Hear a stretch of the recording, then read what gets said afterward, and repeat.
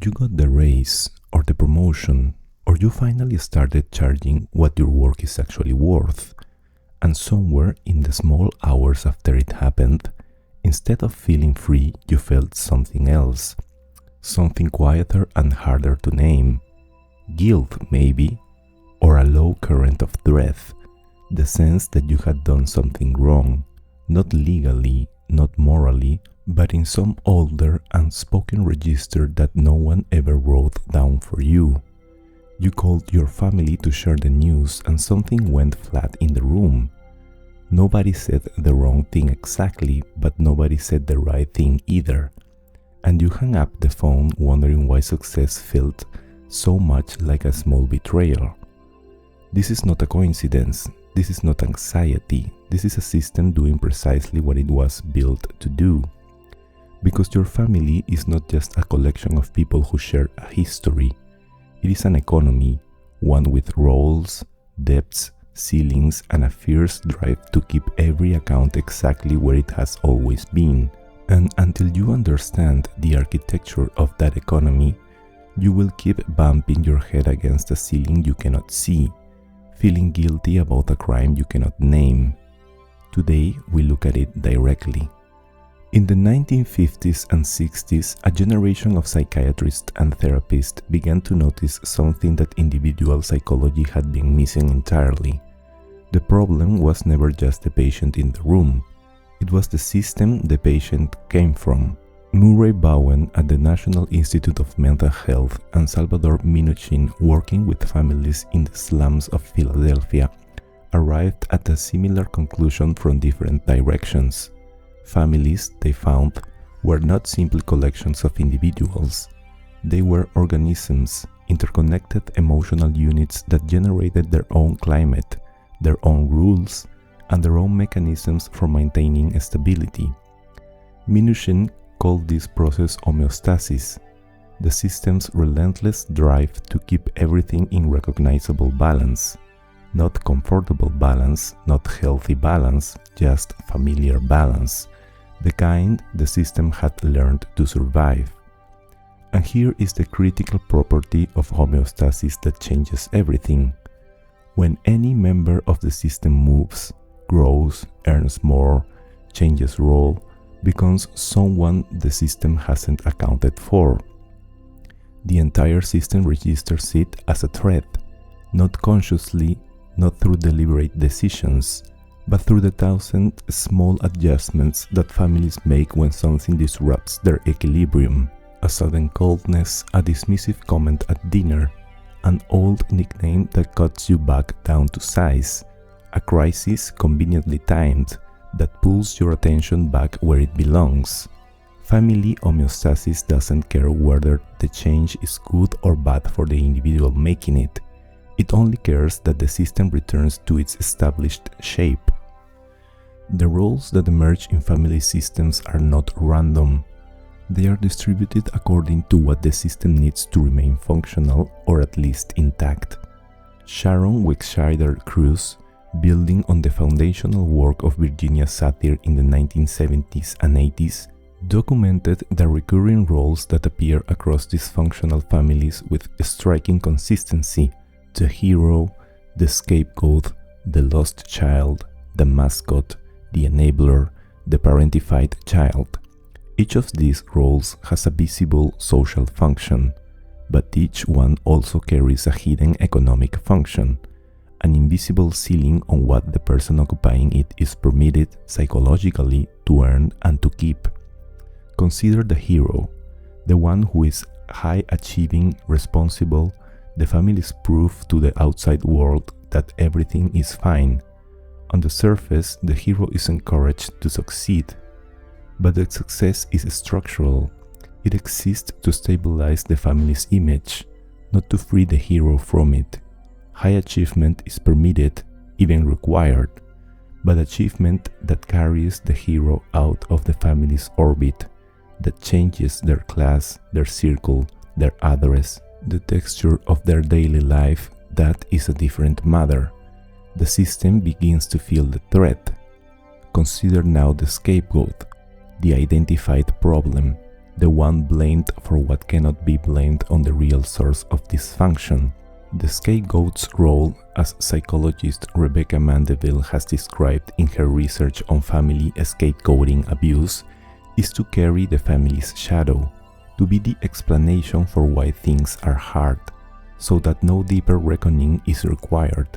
A scapegoat who becomes financially successful undermines the entire narrative. If the problem child earns well, what was the problem?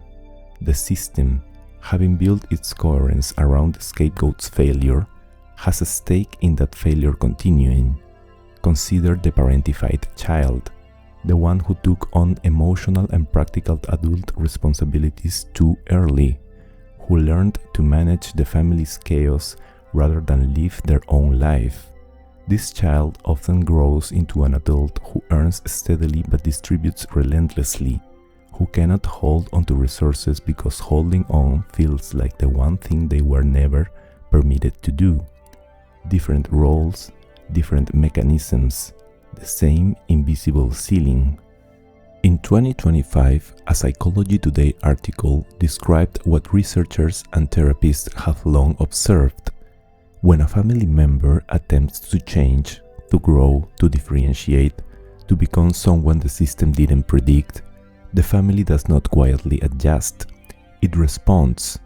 Defensiveness, triangulation, the formation of alliances against whoever is threatening the established equilibrium, a manufactured crisis that requires the changing member to step back into their old role to manage it. Family therapist Elizabeth Earnshaw, writing on homeostasis, described the mechanisms precisely: guilt-tripping, minimizing growth, creating emergencies, and resignation, where the pressure of fighting the system becomes so exhausting that the person surrenders and returns to the familiar shape. This is not malice in most cases. It is the system's survival drive operating exactly as designed. Families maintain homeostasis, as system theorist Don Jackson first articulated in the 1950s at the Mental Research Institute, not because anyone chooses to be obstructive, but because the system has learned that its stability depends on each member staying within a predictable range. When someone breaks that range, earns more, lives more, becomes more, the system interprets it as an existential signal and responds accordingly. The result, for the person straining against the ceiling, is a particular kind of exhaustion, not the fatigue of hard work, the fatigue of moving forward and being pulled backward by something that has no face, no name, and no address you can confront directly.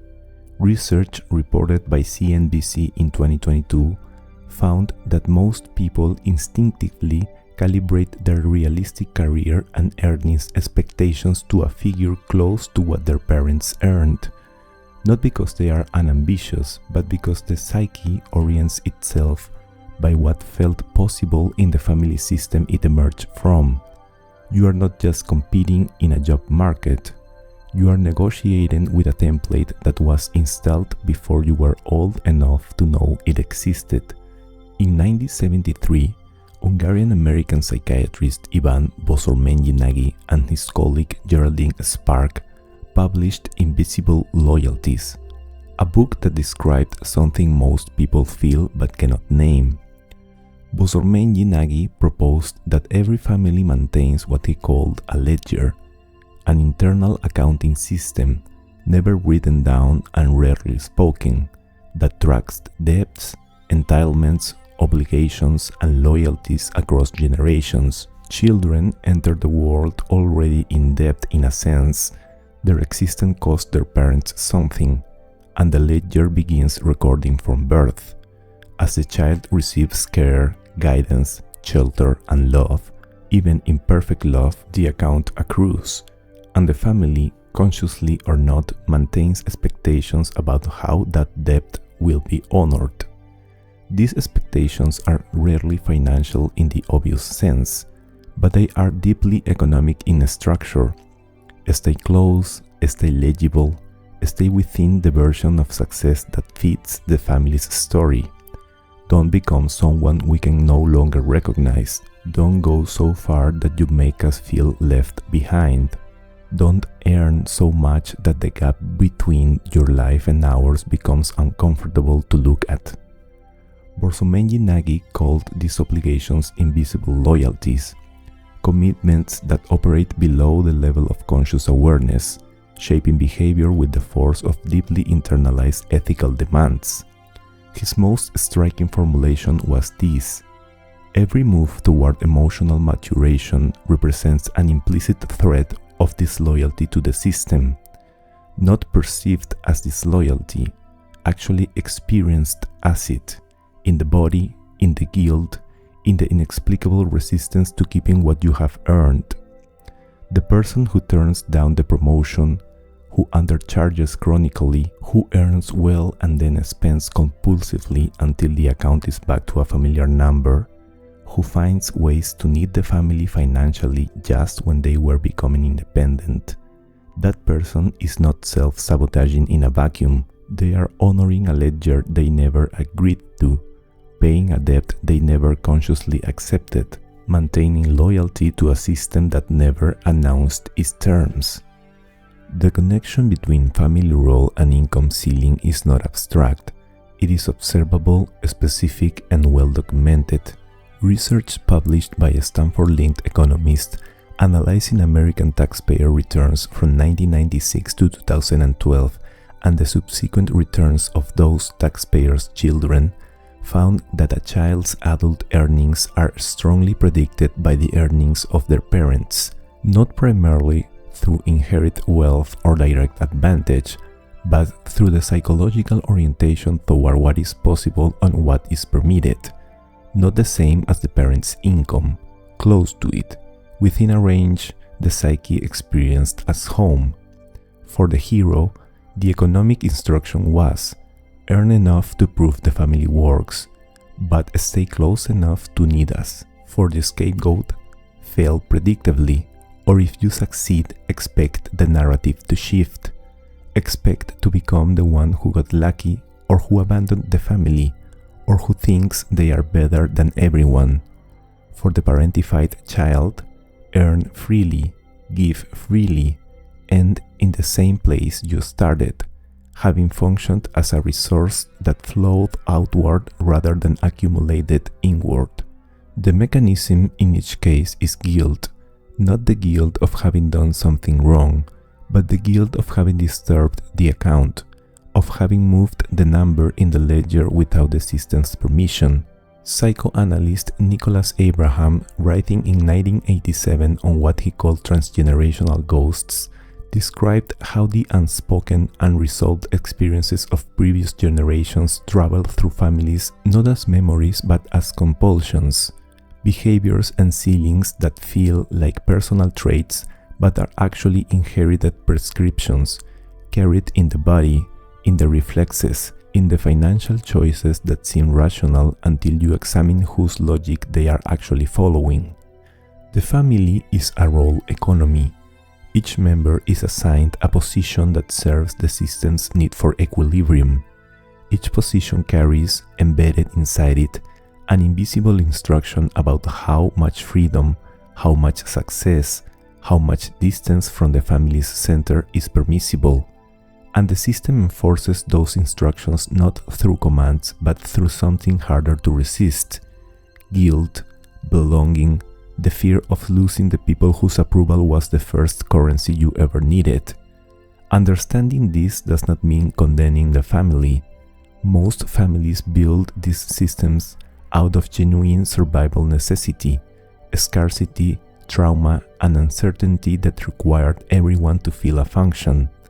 The roles were not cruelty, they were adaptation, but adaptation that made sense for a family in a particular set of circumstances does not automatically expire when those circumstances change. The ledger keeps running, the homeostasis keeps pulling, the invisible loyalties keep asking for payment, long after the original debt ceased to be real.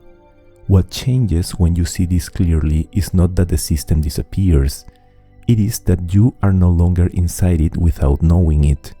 You can feel the pull of the ceiling and recognize it for what it is, not your limit, but the system's memory of where you belong. You can honor the family without contracting back into the shape it required. You can earn more, go further, and build something the ledger was never designed to hold, without that being a betrayal. The depth is not what you were told it was, and the ceiling was never yours to begin with. If this reached something in you, share it with someone who has felt that same inexplicable guilt at the edge of their own expansion. Subscribe and stay close. There is much more ahead.